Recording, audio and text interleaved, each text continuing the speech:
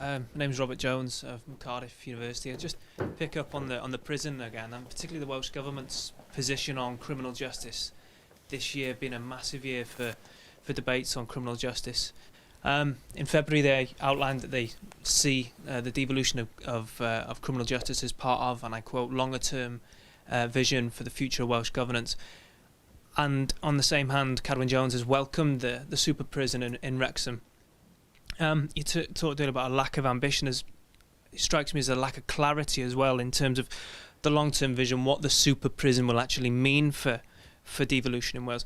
What do you make of the Welsh Government's kind of ambiguous position, and what do you think that, putting it mildly, and what do you think that this super prison, the second largest prison in Western Europe, the biggest prison in the UK, will actually mean constitutionally for Wales going forward? Okay, so two fairly big questions you've asked me there. I think the position of ambiguity reflects the deep splits within Labour on the question of devolution that have been there since time began.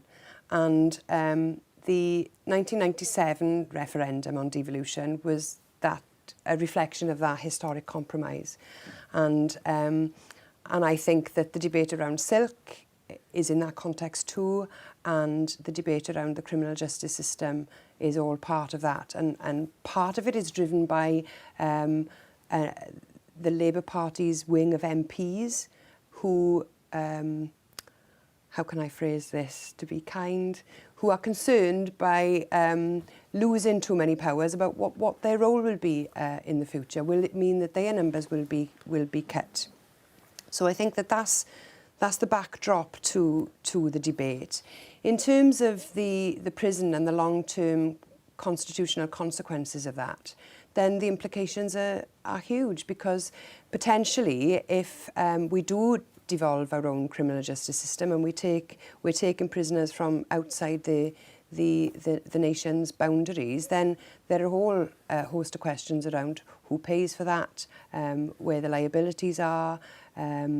If we developed an alternative, different system, if we went in a different direction in Wales, how would that have implications for people sentenced in England, and so on. So it's not been very well thought through. And as I've said earlier, my vision of a criminal justice system for Wales is a much smaller units spread wider throughout the country. And I wrote a paper a few years ago called Making Our Communities Safer. And the purpose of that document was to argue the case for the devolution of the criminal justice system so that we could build it on different values. And I used to work as a probation officer. The probation service is being privatised now. By the time we get to the end of the silk process and we're talking about devolving the probation service, I wonder what kind of service we're going to have left. So I'm worried about how long this debate is taking and what kind of criminal justice system we'll have at the end of the process.